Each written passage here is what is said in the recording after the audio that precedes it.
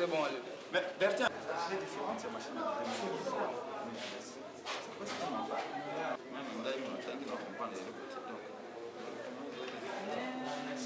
Tout doit devenir vert. C'est bon. C'est pas parti dans le bâtiment. Voilà, tango. Ils ont été activités au matin, on les connaît en casquette en mode. C'est bon.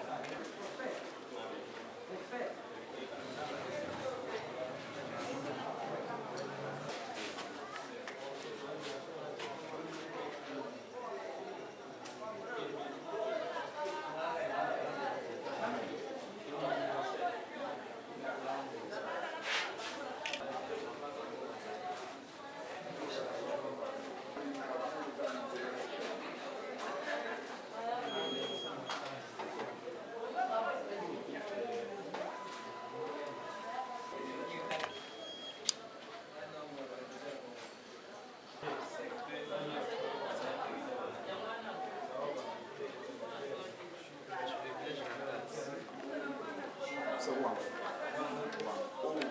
Ouanga. Comment c'est? Ouanga.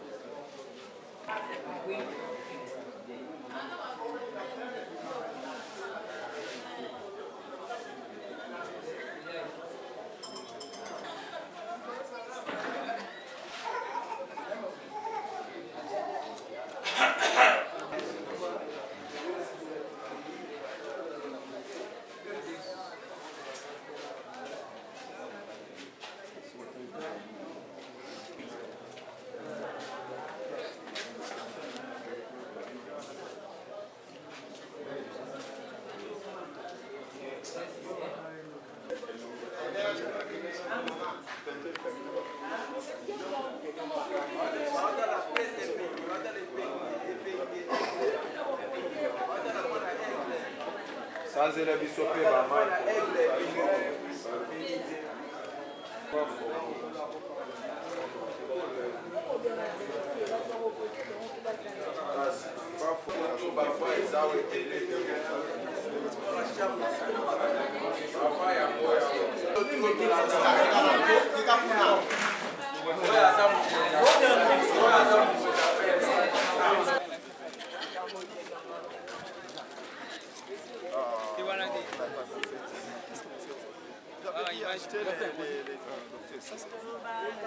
Ça, c'est troué. Non. Ça, il y a d'autres chansons qu'on peut chanter. Tondi bino botondi message ya liboso zali ya koloba ete ulenge na yei kozwa carte oyo kanda oyo boye et ali pas tous les changements en 2023. Niko laksa ete toyesi ba congolais to laksi bango nzela po ete balobi moto alakisa kanzela bazala ko besima na ye. Tolaksi bana ya Congo banso ndenge mokonzi ya mboka ya solo Martin Fayulu asalaki yango ndengai pe molobeli na ye président ya DD Congo pe molobeli ya Yambo ya Lamuka na ye koloba na bana ya Congo banso à travers bana ya Tchangu, bana ya Kisasa et à la bana ya Équateur, bana ya Kasai, bana ya Bandundu Bakongo, bana ya Nord Kivu Sud Kivu Maniema, bana ya Katanga, bana ya province orientale ete bolanda exemple oyo bozwa ba carte na bino boluka ki changement na 2018 bokenda iko voter na se ya mvula pona bana kisasa ba mosusu na se ya moi ko ete bozwa changement mbula mine eleki changement eyite to koyoko pe basango bayibaki 10 millions bayibaki 30 millions bayibaki 100 millions bayibaki 400 millions to komona obeba miyibi bakobima na boloko ya makala pe bakomi komela vigno. Donc na ye koloba na bana ya Congo ete bozwa ba carte na bino pour na 2023 soki bolingi changement eya na bomo ya bana na bino, na bomo ya bino moko, na bomo ya ba avenue na bino, ba quartier na bino, ba commune na bino, ya ba province na bino, esengeli ozwa carte. Carte oyo yali symbole ya sanction. Olingi ko sanctionner ko beta ba politicien fimbo zala na carte. Pour être moyen mosusu te o sanctionner politicien soko zala na carte te. Donc wana des ali elembo ya carte oyo na ye kozwa lelo lokola molobele la muka lokola président de Congo, mais avant tout lokola molobele ya peuple congolais. Ya mibale to inkoloba na bana ya Congo ete soki bolingi ki moyibe mapono mesala matin na 2023 bozo ba carte. Parce que soki bozu ba carte moke bokotike la kadima occasion aya ko baksa ba carte ya lokuta pour être abimisa mais Félix Tshilombo président sous pour continuer à passer. Donc soki bolingi tricherie et si la mboka oyo étape ya liboso za carte na o. Étape ya mibale mokolo ya vote lokola vote ko sala ma awa boye na masina boye. Tokolinga centre oyo tant doko voter to lingi centre opo ata voix ya congolais mokote bayiba yango. Donc bana ya Congo kisi ya kosisa ngala ya bamiyibi kisi ya kobengana bato bakoyiba bino falanga ezali bozwa carte. Wana ezali maloba oyo président Eli Martin Fayulu abenga esika uti na Afrika kuna na azana tourner ayebsinga molobele ya peuple prince penge yebisa bana ya Tchangu bana ya Masina bana Kisasa bana ya Congo bazwa ba carte na bango pe bakanga bisika nyonso bazwi ba carte mokolo ya vote bakende kolinga ba bureau yiwana chaque voix est comptée ndeko na ngai pasi oyo na Congo lelo nzala oyo na mboko lelo chômage mpiaka kaka na tongo lelo na landi papa moko na tra benga ya papa e prince penge na kufeli mwasi na mama yemo na sali plus de 20 mois nazali un pays nana mfanga komisa mwasi na mama yemo te mais ako sala mosala pour na l'état na kati ya onatra.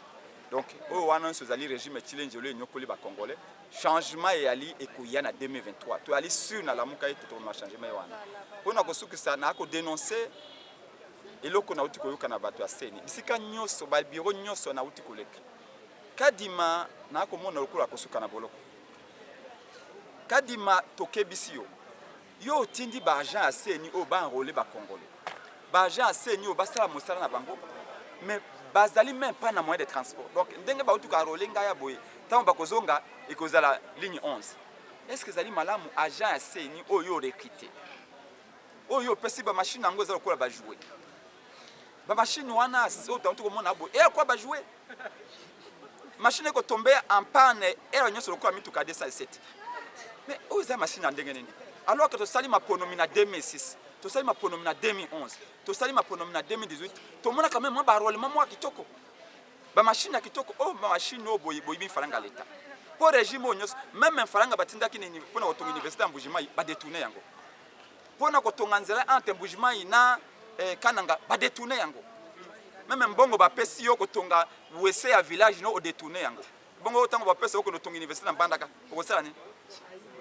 Donc tolobi na kadima falanga ya l'état e yali bimisa yango futa ba agent ba yebsinga biso aboye 1 ti na yo okomelango yo moko transport po ya na bureau lokola agent aseni okofuta yo moko babenga na bagata babenga na ingendi pour la muka apesi numéro vert pour la population abenga ezali 081 23 55 500 ngamo na ko gérer numéro wana 081 23 55 500 na ingende na Équateur na province ya Chapana Équateur côté Ndenge Sekuna ba agent aseni ba pesi bango 40 000 francs et pourtant ba prometa ki bango 200 000 francs pour ba kende na voyage ya 150 km ba électeur mususu faut ça 15 km ba ko so fait angolais mais kadima ezamba le boso so ba élection na Congo te yo yeyi o lieu o corriger ba erreur ya eleka kala yo ye ko pesa biso ba carte o elongi ebimelo kola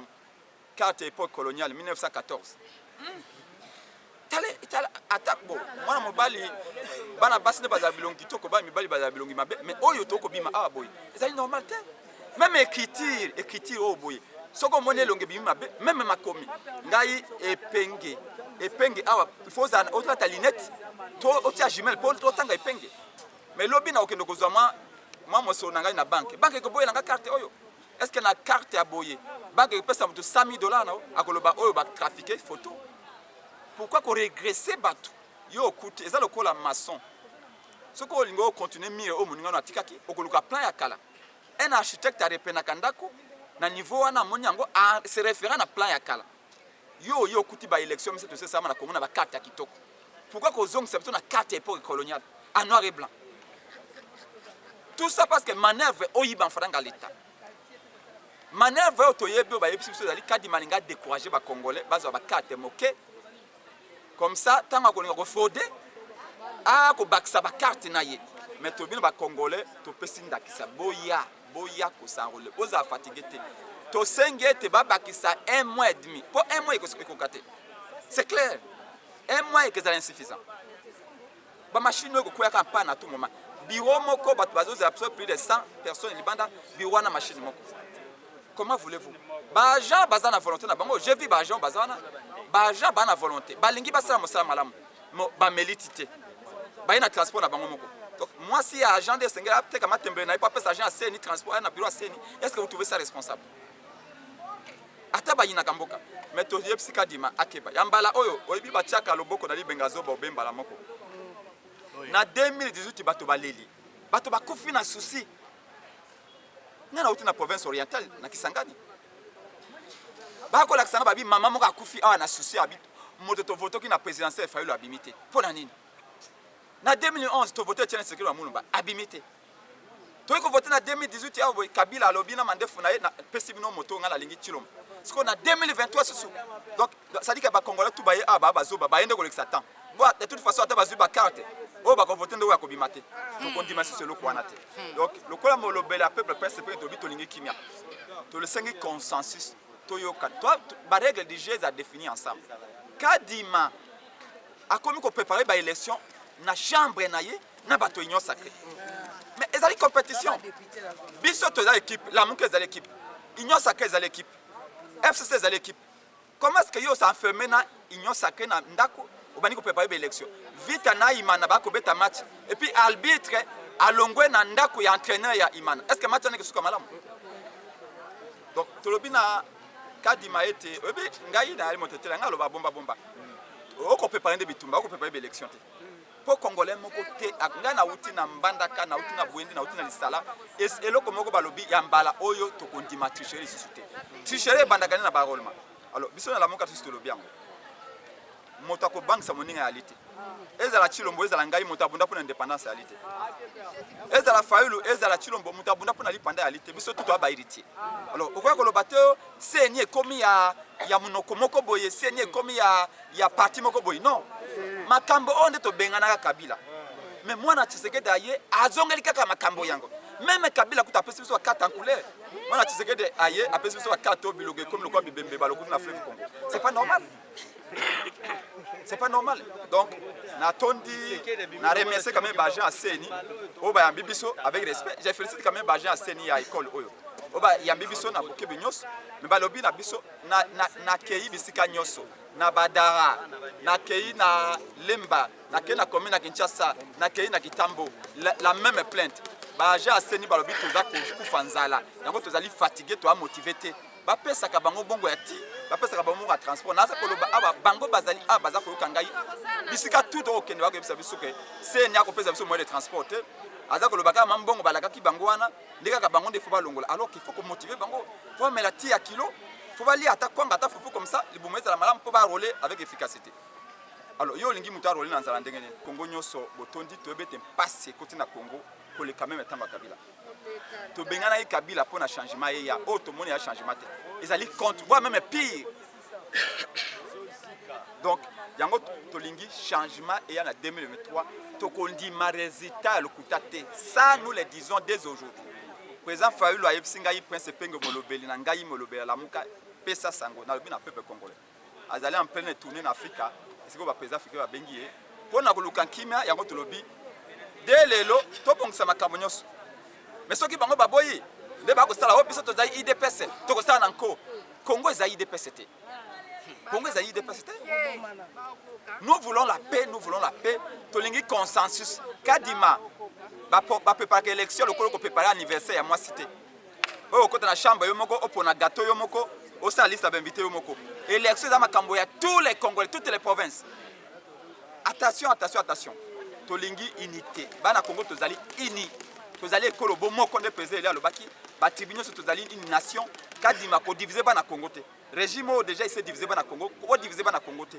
Élection 2023 ezala soki salami bana Congo tu babi mananzela babi ah mokonza sikasa ye mokonza mayela sa eto beti maboko to. Pesa nimbote bana bikolo nyoso to sepeli. Bana Équateur, bana Kasai, bana bandu du bas Congo, bana Katanga, Maniema, Kivu, province orientale. To pesa ni maboko to sepeli to bimbo mokonzo aye o na voter na biso to pesa chance. Mais ki mokonzo o boende to mona ki na 2018 chilomba bimi boye bado tu bakuzi na matanga to kondi mango sute. To kondi mango sute. Wande zali maloba ya lingoma na ngade de Congo, maloba ya Lamuka na message au mokonzo mboka Martin Fala pesa kingai. Oui, merci beaucoup. Donc, Nazana représentant Nabiso Awa na Masina, Xavier ou Annie Mitalingi pour résumer mon pensée. Ok, merci. Merci, Président. Tout le monde est déjà, tous les Congolais, Bana Tchangou, Bazala très mobilisé, Bazwa carte d'électeur, Bas s'enrôler en masse parce que Yangonde Biki Rouge à 2023 au Tozali. D'ici décembre, Tokolobailo Mususu Namboka Oyo. Mais moi, je tiens à rappeler un peu nos amis de l'IDPS et l'Union Sacrée en général. Aujourd'hui, hier, Chadar a commencé à pleurer. Mais quand on appelait Chadar à l'ordre avec son équipe de Joseph Kabila, personne ne croyait. Aujourd'hui, Bazo Boya. Donc, ça veut dire quoi? L'Obibino peut à la place Bozawanati. Et l'Oko Bazo Sengabino consensus, c'est pour l'intérêt de tous les Congolais. Ça peut venir encore sur vous. FCC ne voulait pas nous écouter. Aujourd'hui, ils sont en dehors des activités. Bazo Senga, même consensus, bango ensemble. C'est moins prudent de votre part. C'est question boyoka peuple, boto sa peuple, vous allez sauver d'une manière ou d'une autre. Parce que au état bilan, c'est zéro. Maintenant, il est question que vous se ressaisir, vous bimana porte à monnaie et de sortir la fenêtre de Kabila Bimaki. Ce n'est pas digne pour un opposant qui a milité pendant longtemps à présenter Bisso recette. Est-ce que M. Kadima peut nous dire coup, il y a encre en couleur, ou il y a Monique qui a minimisé coup? Pour qu'il y ait une photo en noir et blanc, je ne pense pas, parce qu'il n'a pas de chiffres. Il s'entête, c'est lui qui dit là-bas que je suis le seul corps qui chante ici. Non, non, mais si. On ne gère pas les choses là avec tous ces défis-là. On ne gère pas les choses avec des dictatures. Tolobarango, Mobutu, Mobutu, aussi à Koufa. Système à Mobutu, si vous continuez avec cette allure, en tout cas, ça ne marchera pas. Les peuples congolais sont d'accord pour les élections, oui, mais des très bonnes élections. Nous sommes là, à Tchangou. Président, nous vous rassurons que nous allons continuer à travailler durement afin qu'à 2023, nous gagnions l'élection haut les mains ensemble avec le président Eli Martin Fayoulou. Merci beaucoup, Xavier. Alors, je voudrais, pour l'intention à Bandeko et à Top Congo, je voudrais ici dire que la carte d'électeur que vient de recevoir ici à Massina, c'est un symbole, c'est un petit pas pour l'homme que nous sommes ici, mais c'est un grand pas pour le peuple. C'est le symbole du changement, l'incarnation même de la volonté de pouvoir changer les choses en 2023. Pour nous, la Moka, pour nous, ADD Congo, le peuple doit s'enrôler massivement. C'est la première étape pour mettre fin aux fraudes successives. La deuxième étape, c'est le jour du vote, encercler tous les bureaux de vote et faire en sorte qu'aucune voix ne soit perdue. Le peuple ne va plus pleurer comme en 2018. Quant à M. Kadima, nous exigeons de lui que Kadima ajoute les machines, envoie de nouvelles machines dans le bureau de vote. Dans le bureau où je viens de m'enrôler ici à Massina, si les 3 machines, 2 sont en panne, il n'y a qu'une seule machine, alors que la population est déterminée à avoir ces cartes. Donc Kadima est allé acheter des machines apparemment des étudiants pour les expérimenter.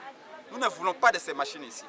Et donc, Kadima doit, dès maintenant, dans un cadre consensuel, avec les parties prenantes que nous sommes, fixer un temps qu'il faut ajouter pour que chaque Congolais, en âge de voter, en âge de sanctionner, puisse le faire. Aussi, nous voulons que Kadima s'occupe des agents de la CENI. Tous les témoignages que la coordination électorale de la Mouka reçoit, et que les agents de la CENI n'ont pas mangé. Les agents de la CENI n'ont pas les moyens de transport. Même ceux qui sont ici à Massina, ceux qui sont à Lemba, ceux qui sont à Ngaba, ceux qui sont à Nsele, à Maluku, à Barumbu, les agents de la CNI n'ont pas à manger, ils viennent avec leurs propres moyens de transport. Et pourtant, il y a un budget pour les élections. Ce sont là certains facteurs qui constituent un frein pour que le travail se fasse dans les bonnes conditions. Au peuple congolais, nous disons, apparemment, Kadima a mis ces dispositifs pour vous décourager, vous démobiliser, au fait de ne pas avoir vos cartes. Mais le président élu Martin Fayulu et la Mouka vous disent, allez-y même 1000 fois, ayez vos cartes. Votre carte, c'est votre pouvoir de changer, c'est votre pouvoir de sanctionner et vous devez l'avoir. Mais nous continuons à insister, il faut qu'il y ait un consensus entre les parties prenantes parce que les élections concernent tous les Congos, toutes les provinces et tous les acteurs qui vont en compétition. Merci beaucoup. Bon, vas-y, allez-y. Ils sont là. En tout cas, on a réglé ma casse. Biso a na Massina, bazo senga biso 1000 francs pour muta kota na kati. Même ba maman ko baza na troisième âge, deuxième âge, bazo senga bango ni mbongo pour kota na kati awa. Na ba centre moni awa, na maman boto awa. Eza chose moko donc eza valable té. On senga mbongo pour ça nini pour ça enrôler pas mutu. Mais OK, vote bien ko s'enrôler ça gratuit. Réglé na ngana ngwana ngi. Bon, ngai na wuti na bureau na tuni bango. Est-ce que vous avez un bon goût? Est-ce que la maman est présidente? Est-ce que la fille est préposée à l'identification? Alors, il y a un bon goût. Dans la doléance, on a une parce que l'avocat, c'est un numéro pour qu'on a posé à la doléance. C'est-à-dire que un bon goût, mais dans ce cas-là, comme ça, vous filmez. Ceux qui c'est un policier qui vous demande de l'argent.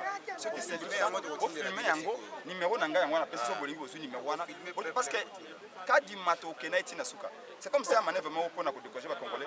Déjà, vous avez volontairement que vous avez carte d'électeur. Et puis, comme si vous avez fait un bon, après si vous avez l'élection, vous avez carte en vous ignorez en gros, vous votez pour tout le monde, vous avez voté pour tout le monde. C'est ça que vous faites, ça va tout candidat. Nous, nous allons se révolter. Merci. Le message que je donne, je suis déçu, je suis congolais. Mais la façon dont Kadima a préparé ces élections et cet enrôlement n'est pas bon. Je pressens déjà que Kadima a l'envie de tricher les élections et il les a déjà trichées. Allez au centre, il y a une école à Pleu ici en face, ça m'appelle les ambassadeurs. Tout le monde qui est enrôlé dans cette école, dans ce centre-là, a une carte. À droite, il y a une mention qui est faite ici, terrain IDPS. Terrain IDPS. Oui. Mon propre cousin ayant lu dans sa carte, et c'est une carte, j'ai des preuves, nous pouvons aller, je vais prendre la carte de mon cousin. Quand il m'a apporté la carte, j'ai lu terrain IDPS. Bon, je ne suis pas de l'UDPS, je suis d'un autre parti politique. C'est très grave. Pourquoi écrire dans ma carte terrain IDPS? Quand Kabila nous a enrôlés en 2006, 2011, 2017 et 2018, nous n'avons pas vu le terrain PPRD, mais curieusement dans ma carte, je vois terrain IDPS. Je donne cette information à vous, la Mouka, d'ouvrir l'œil. De deux, et même Kadima, je ne sais pas les machines qu'il nous a données ici, il les a ramassées où? C'est une façon de vous dire, vous, la Mouka, c'est une façon. Parce que c'est presque dans tous les centres, ces machines tombent en panne. 2-3 machines ne fonctionnent pas. C'est une façon de nous écarter. Ils savent que tout ce monde, va voter tel coin. Pour les empêcher, ça c'est mon idée, il se peut qu'il y ait des bureaux parallèles pour les leurs. Vous, la Mouka, je vous demande d'ouvrir l'œil. Kadima est en train de préparer un terrain qui est sombre pour nous. Les machines que nous avons ici, le matin, si vous arrivez ici le matin, vous trouverez plus de 500 personnes qui viennent pour être enrôlées. Ce sont vos voix. Mais Kabila ne veut pas que ces gens puissent s'enrôler. C'est Kadima qui ne veut pas que la population ne puisse s'enrôler. Veuillez ouvrir l'œil. De deux, je vais demander à l'opposition que vous êtes d'être d'abord unis, unissez-vous pendant cette période, il faut que l'opposition congolaise soit d'abord unie. Vous voyez, à l'époque de Patrice Emery Lumumba, il y avait aussi beaucoup de partis politiques. Mais ces gens avaient refusé d'abord les intérêts personnels. Ils s'étaient unis, ils s'étaient mis ensemble pour chercher l'unité du pays. Lumumba était de l'Est, Kizenga était de l'Ouest, Kachamura était de l'Est, du Sud Kivu. Ils avaient formé un seul bloc qui était un bloc dur, qui ne pouvait pas être brisé par les pouvoirs en place, en particulier Joseph Kasavubu et les siens. Mais vous aujourd'hui, vous marchez chacun la tête, l'un à l'est, l'autre tourne à l'ouest. Là, nous n'allons pas gagner. Merci beaucoup. Je demande à Lamuka d'appeler les autres. Tout le monde. Non, mais merci beaucoup pour ces conseils sages et publics. Vous avez certainement vécu beaucoup de choses. Et ça, quand ça sort de vous, nous sommes très heureux de l'apprendre. Et je vais transmettre ce message-là à qui des droits, d'abord au président Élie. Et en parlant de l'unité, vous avez vu dernièrement, non, les communiqués qu'il a été signés, Mukwege, Fayoulou et les autres. Nous allons rassembler. Même le président Mouzouto lui a dit, question dans la maison, Bitumba Oza peuple, ça a bisoté. Le peuple n'a voté qu'il fallait en 2018, ils ont tout. Et Mouto va voter en 2018, va empêcher à gouverner. Va boyer Fayoulou à gouverner, va côté les copains. Maintenant, tu es en 2023. Pourquoi Fayoulou a un programme et le connaît tout ça. Toi accompagner surtout sans la pour Yesuka il faut diriger tout le monde a ça pour la Congo. Donc le quoi va péquer ça qui a dirigé c'est que c'est que tout ça a tout que Fayoulou a dirigé 5 ans comme ça c'est bon. Tout le cas qui a 5 ans fait ça ce bilan. C'est ce qu'on va faire. Je vais transmettre même au président Mouzouto qui est un politicien important, même au président Élie Martin Fayoulou qui est pour Nangaï numéro 9 na biso. Pas de tout sangana et tout unité en moi c'est banni déjà na communiqué tout signé qui wana matata Fayoulou docteur Mukwege ba mususu baza koya même ndo katumbi wa alongwa kina lamuka oyo alobi ke toko ka bato abino alingaya to solo naye pona ko sauver mboka papa yo moni makambu conseiller à Félix alobi non abi Félix akende ko mona Kagame alobi na Kagame ngana za na ba richesse yo yakana peso ba richesse wana kende ko tekela ngana poto wana conseiller à Félix Bisele nda alobi mboka c'était kama kala.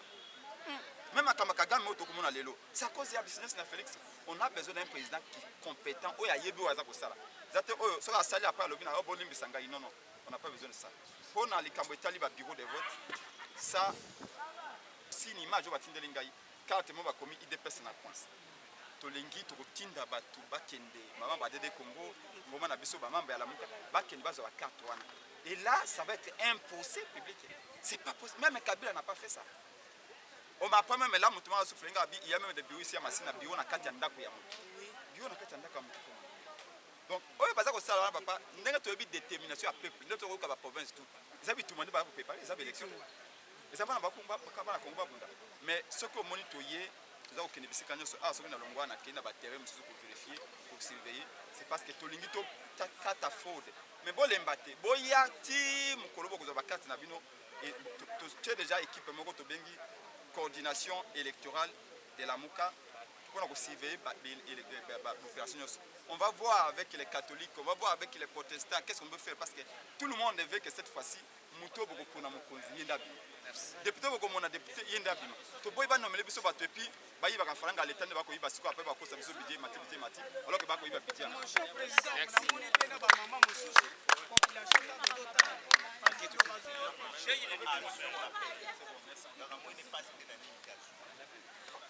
Moi, je vais m'enrôler là-bas.